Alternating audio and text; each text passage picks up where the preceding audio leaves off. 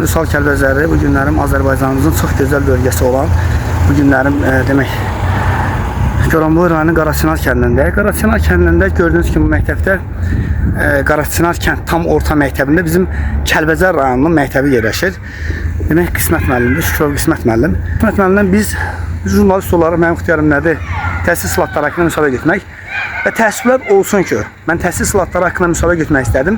Təhsil sıhhatları 2003-cü ildə və 1999-cu ildə Ulu öndərimiz Heydər Əliyev tərəfindən təsdiq olunubdur. Təhsil naziri tərəfindən tərtib olunubdur. Amma təəssüflər olsun ki, məktəb direktorları o haqda məlumat vermək istəmirlər, müsahibə vermək istəmirlər və bu məktəb direktorlarını hər kəs tanısınlar. Baxmayaraq ki, qalstukları taxırlar, baxmayaraq ki, qəstumu geyinirlər, amma təəssüflər olsun ki, bunlar heç Ulu öndərimizin tərtib və təsdiq etdiyi təhsil sıhhatlarını bilmirlər. Təhsil sıhhatları haqqında məlumatlar verim. Gedin oxuyun. 3 mərhələyə bölünür. 2007, 2010, 2012-2013-cü illəri.